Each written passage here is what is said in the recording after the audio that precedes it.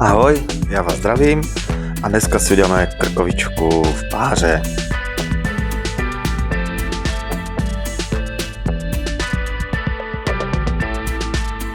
Maso si naklepeme.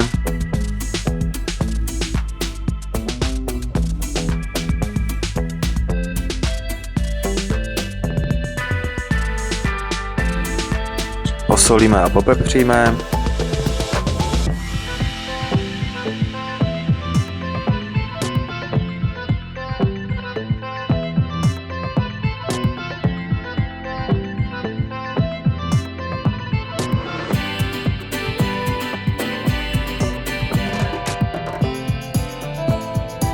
Do parního hrnce doporučuji namazat olejem.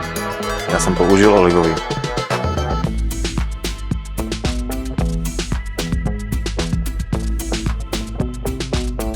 Do hrnce dáme vodu.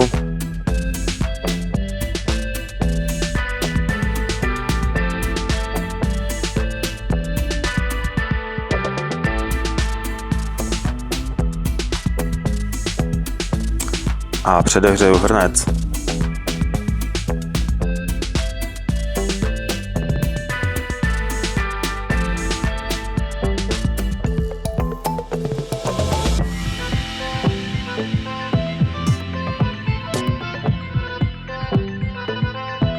Asi po 5 minutách předehřívání vložím maso.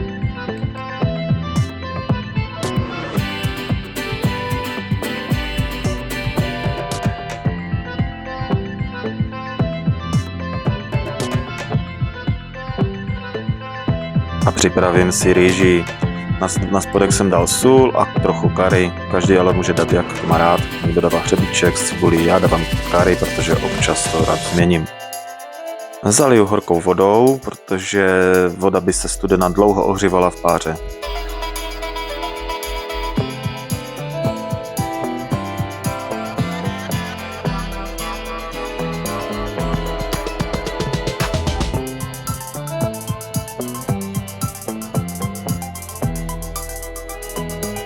Na maso ještě přidám cibuli. No a krkovičku budeme pařit z rýží asi 30 minut.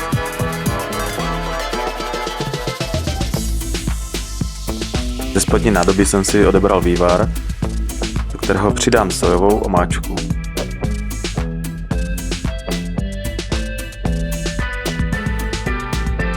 Sladkokyselé chili a trochu ještě pořádného chili. Zamíchám a nechám trošičku povařit. Potom přidám mouku s vodou, aby se to zahustilo, a nechám zase znova provařit.